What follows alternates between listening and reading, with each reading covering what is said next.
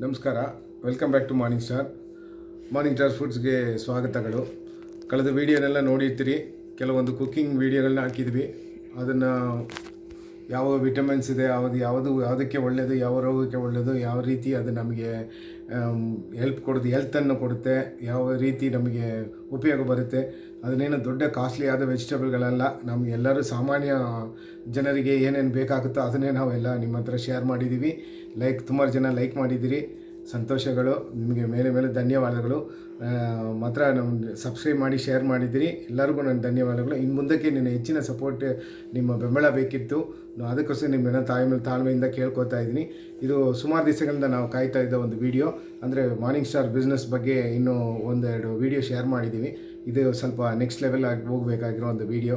So ಅದಕ್ಕಾಗಿ morning star food ಬಿಸ್ನೆಸ್ನ ಈ ವಿಡಿಯೋನ ಪೋಸ್ಟ್ ಮಾಡ್ತಾಯಿದ್ದೀನಿ. ಇದರಲ್ಲಿ ಯಾರ್ಯಾರಿಗೆಲ್ಲ ನಿಮಗೆ ಇಂಟ್ರೆಸ್ಟ್ ಇದೆಯೋ ಅದನ್ನು ಗಮನ ಕೊಟ್ಟು ದಯವಿಟ್ಟು ಈ ವಿಡಿಯೋನ ನೋಡಿ ನನಗೆ ನಿಮ್ಮ ಕಮೆಂಟಲ್ಲಿ ನನಗೆ ಹೇಳಿರಿ.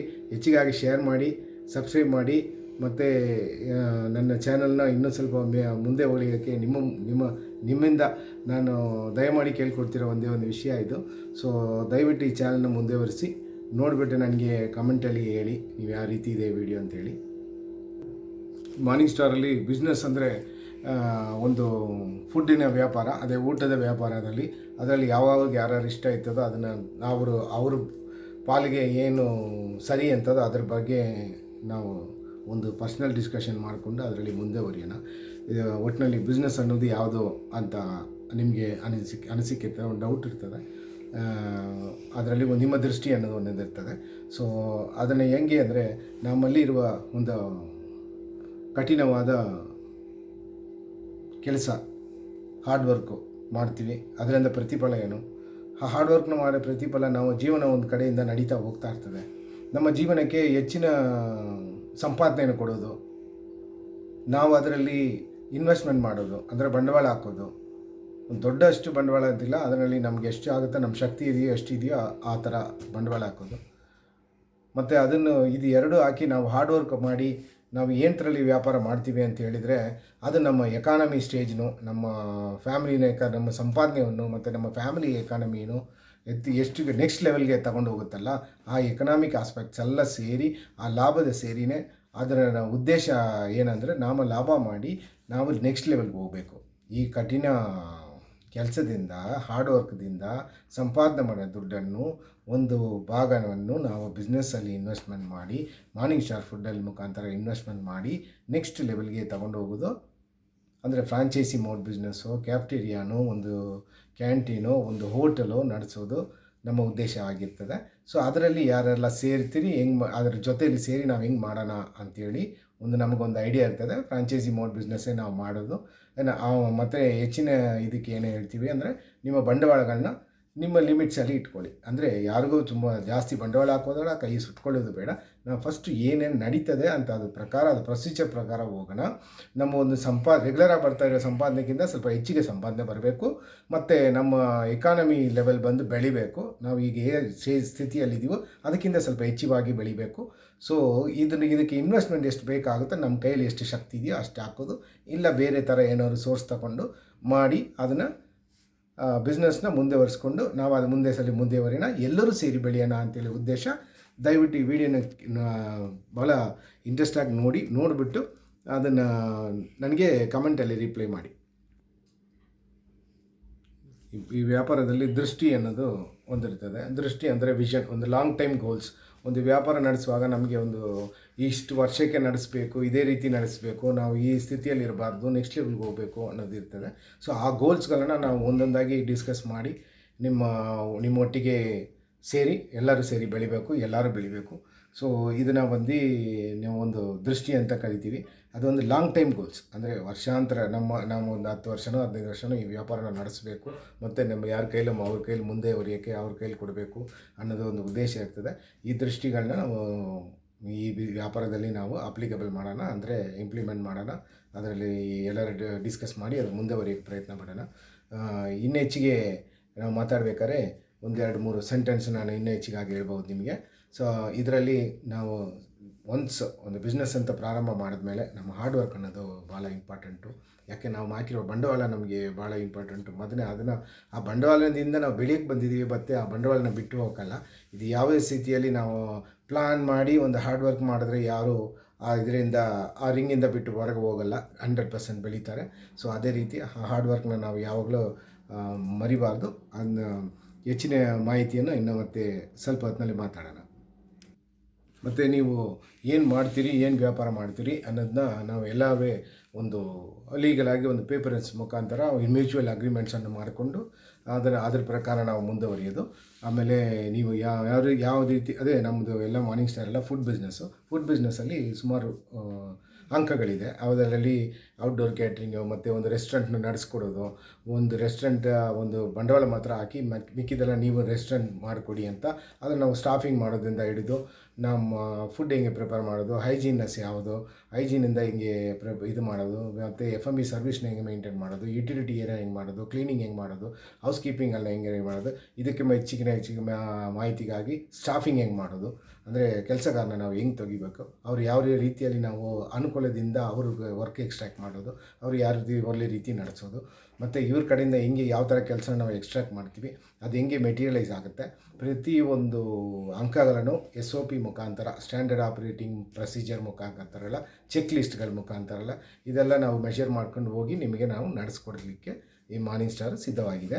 ಮತ್ತು ನೀವು ಒಂದು R&D ಒಂದು ಮಾಡಬೇಕು ಯಾವಾಗಲೂ. ಯಾವ R&D ಅಂದರೆ, ನಾನೊಂದು ಸಾಮಾನ್ಯ, ನನಗೆ R&D ಇಕ್ಕೋಕ್ಕೋ R&D ಮಾಡೋಕ್ಕೋ ಅಲ್ಲ. ನಾನು ಒಂದು ನೋಟ್ಬುಕ್, ಒಂದು ಪೆನ್ ಇದ್ದರೆ, ನಾನು ಉದಾಹರಣೆಗೆ ಒಂದು ಬಿರಿಯಾನಿ ಸೇಲ್ ಮಾಡ್ತೀನಿ ಅಂತ ತಿಳ್ಕೊಳ್ಳಿ. ಆ ಬಿರಿಯಾನಿ ಯಾವ ರೀತಿ ಸೇಲ್ ಮಾಡೋದು, ಎಷ್ಟು ಸೇಲ್ ಮಾಡೋದು, ಯಾವ ಜಾಗದಲ್ಲಿ ಸೇಲ್ ಮಾಡೋದು, ನನಗೆ ಅಂದರೆ ಕಾಂಪಿಟೇಷನ್ ಆಗಿ ಯಾರು ಇರ್ತಾರ ಆ ಜಾಗದಲ್ಲಿ, ಇಲ್ಲ ನಮ್ಮ ಫುಡ್ ಅವ್ರಿಗೆ ಕಾಂಪಿಟೇಟಿವ್ ಆಗಿದೆಯಾ, ನಾವೇ ಸಪ್ರೇಟಾಗಿ ಐಡೆಂಟಿಟಿಯಾಗಿ ತಿಳ್ಕೊತೀವ, ಆ ಥರ ನಮ್ಮ ರೆಸಿಪಿನ, ನಮ್ಮ ವ್ಯಾಪಾರನ ನಾವು ಮುಂದೆ ಒರೆಸ್ಕೊಂಡು ಹೋಗೋಣ.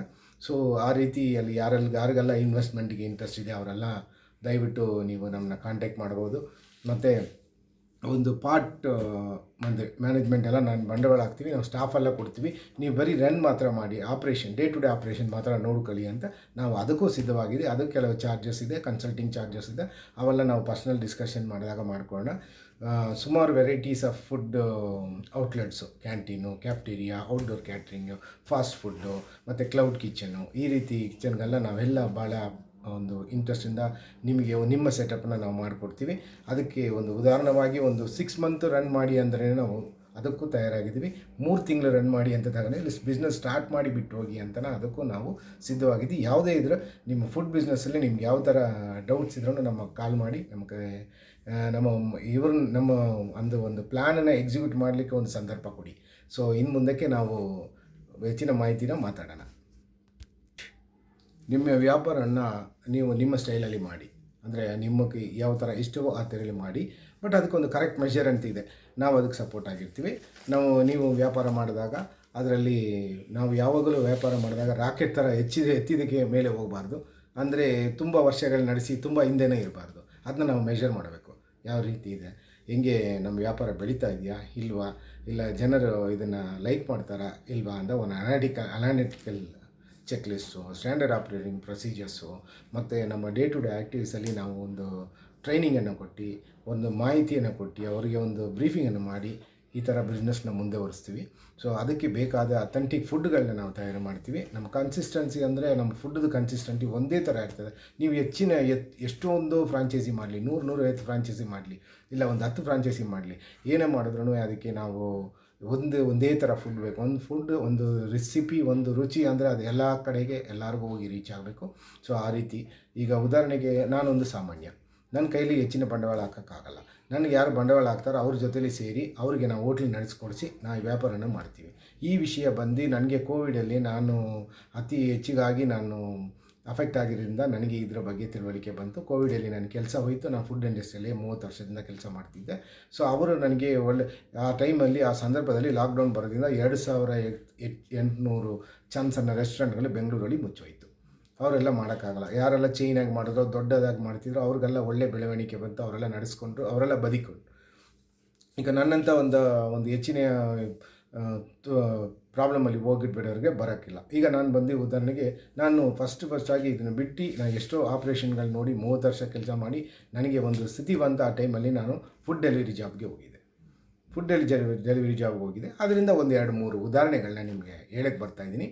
ಏನಕ್ಕೆ ಬಿಸ್ನೆಸ್ ಅಂತ ಏಕೆ ಕರಿತೀವಿ ಅಂಥೇಳಿ. ಸೊ ಈಗ ನಾನು ಫುಡ್ ಡೆಲಿವರಿ ಜಾಬ್ ಮಾಡ್ತಾಯಿದ್ದಾಗ ಈಗ ನಾನು ಬೇರೆ ಕೆಲಸಕ್ಕೆ ಒಂದು ಸೇರ್ತೀನಿ. ಬೇರೆ ಕೆಲಸ ಬಂದು ಒಂದು 8 ಅವರ್ಸ್ ಕೆಲಸ, ಅದು ಪರ್ಮನೆಂಟ್ ಕೆಲಸ ಆಗುತ್ತೆ. ಆವಾಗ ಫುಡ್ ಡೆಲಿವರಿ ಜಾಬ್ನ ನಾನು ಪಾರ್ಟ್ ಟೈಮಾಗಿ ಮಾಡ್ಕೊಡ್ತೀನಿ. ಅಂದರೆ ಅದನ್ನು ಪಾರ್ಟ್ ಟೈಮಾಗಿ ಮಾಡಿದೆ. ಆ ಪಾರ್ಟ್ ಟೈಮ್ ಬರೋ ದುಡ್ಡನ್ನ ನಾನು ಸೇವ್ ಮಾಡಿ ಇಲ್ಲ ಬೇರೆ ಬಿಸ್ನೆಸ್ ಇಲ್ಲ ಅಂದರೆ ಅದು ಸೇವಿಂಗ್ ಆಗಿ ಮಾಡ್ತೀನಿ. ಸೊ ಇದು ಹೆಚ್ಚಿನಗಾಗಿ ಏನಾಗುತ್ತೆ, ಇದು ಒಂದು ಬಿಸ್ನೆಸ್ ಚೈನ್ ಬರುತ್ತೆ. ಅಂದರೆ ನನ್ನ ಹಾರ್ಡ್ ವರ್ಕ್ನ ನಾನು ಬಿಸ್ನೆಸ್ ಆಗಿ ಕನ್ವರ್ಟ್ ಮಾಡಿ ಆ ದುಡ್ಡನ್ನ ಸೇವ್ ಮಾಡಿ ಬೇರೆದರಲ್ಲಿ ಇನ್ವೆಸ್ಟ್ ಮಾಡ್ಬೋದು. ಸೊ ಇದು ಎಲ್ಲರಿಗೂ ಭಾಳ ಹೆಚ್ಚಿನ ದುಡ್ಡು ಇರೋರು ಮಾತ್ರ ಅಲ್ಲ, ಸಾಮಾನ್ಯದಲ್ಲಿ ಇರೋರು ಈ ಥರ ಟ್ರೈ ಮಾಡಿದ್ರೆ ನಿಮ್ಗೆ ಒಳ್ಳೆಯದು. ನೆಕ್ಸ್ಟ್ ಉದಾಹರಣೆಗೆ ಒಂದು ಎಲೆಕ್ಟ್ರಿಷಿಯನ್, ಒಂದು ಪ್ಲಂಬರ್ ಇರ್ತಾರೆ. ಅವರೊಂದು ಕಂಪನಿ ಕೆಲಸ ಮಾಡ್ತಿರ್ತಾರೆ. ಒಂದು ಕಂಪನಿಯಲ್ಲಿ ಎಲೆಕ್ಟ್ರಿಷಿಯನ್ ಆಗಿ ಪ್ಲಂಬರ್ ಆಗಿ ಕೆಲಸ ಮಾಡ್ತಾರೆ. ಒಂದು 8 ಅವರ್ 9 ಅವರ್ಸ್ ಮಾಡ್ತಾರೆ. ಮತ್ತು ಪಾರ್ಟ್ ಟೈಮಲ್ಲಿ ಅವ್ರ ಮನೆಯಲ್ಲಿ ಅವರು ಹೊರಗೆ ಒಂದು ಬೋರ್ಡ್ ಹಾಕ್ಬೋದು, ನಿಮಗೆ ಎಲೆಕ್ಟ್ರಿಷಿಯನ್ ಕೆಲಸಗಳನ್ನ ಮಾಡಿಕೊಡಲಾಗುತ್ತೆ, ಕಾಂಟ್ಯಾಕ್ಟ್ ಫಾರ್ ಎಲೆಕ್ಟ್ರಿಷಿಯನ್ಸು ಇಲ್ಲ ಕಾಂಟ್ಯಾಕ್ಟ್ ಫಾರ್ ಪ್ಲಂಬರ್ಸು ಅಂತ ಕೊಟ್ಟರೆ, ಈಗ ನಮ್ಮ ರೆಸಿಡೆಂಟ್ ಏರಿಯಾದಲ್ಲಿ ದಿವಸಕ್ಕೂ ಕೆಲವರಿಗೆ ಎಲೆಕ್ಟ್ರಿಕಲ್ ಪ್ರಾಬ್ಲಮ್ ಇರ್ತದೆ, ಪ್ಲಂಬಿಂಗ್ ಪ್ರಾಬ್ಲಮ್ ಇರ್ತದೆ. ಈ ಥರ ಮಾಹಿತಿಗಳನ್ನ ಅವ್ರು ಹೋಗಿ ಹೆಚ್ಚಿನಗಾಗಿ ಅವ್ರ ಎಫರ್ಟ್ನ, ಅವ್ರ ಹಾರ್ಡ್ ವರ್ಕ್ನ ಮಾಡೋದ್ರಿಂದ ಅವ್ರಿಗೆ ಒಂದು ಸ್ವಲ್ಪ ಸೋರ್ಸ್ ಬರುತ್ತೆ. ಅದನ್ನು ಅವರು ಇನ್ವೆಸ್ಟ್ ಮಾಡ್ಬೋದು, ಸೇವ್ ಮಾಡ್ಬೋದು, ಇಲ್ಲ ಎಜುಕೇಷನ್ ಪರ್ಪಸ್ಗೆ ಯೂಸ್ ಮಾಡ್ಬೋದು. ಸೊ ಈ ರೀತಿ ಕೆಲಸಗಳಿರ್ತದೆ. ಇನ್ನು ಕೆಲವರು ಇರ್ತಾರೆ, ನಮ್ಮ ಸಣ್ಣ ಸರ್ವೇ ಒಂದು, ಇದು ನಾವು ತಿಳುವಳಿಕೆಗೆ ಮಾತ್ರ ನಾನು ಹೇಳ್ತಿರೋದು. ಕೆಲವರು US ಅಲ್ಲಿ ಸೆಟ್ಲ್ ಆಗಿರ್ತಾರೆ, ಬ್ಯಾಂಗ್ಳೂರಿಂದ ಸಾಫ್ಟ್ವೇರ್ ಇಂಜಿನಿಯರ್. ಅವ್ರ ತಾಯಿ ತಂದೆಲ್ಲ ಇಲ್ಲೇ ಇರ್ತಾರೆ. ಅವ್ರಿಗೆ ಹೆಚ್ಚಿನ ಮಾಹಿತಿಗಾಗಿ ಅವರು ಹೋಗಿ US ಹೋಗಿ ವಿಸಿಟ್ ಮಾಡಿದ್ರೆ ಒಂದು 6 ಮಂತ್ ಆಗ್ಬೋದು. ಮನೇಲಿ ಲಾಕ್ ಆಗಿರುತ್ತೆ.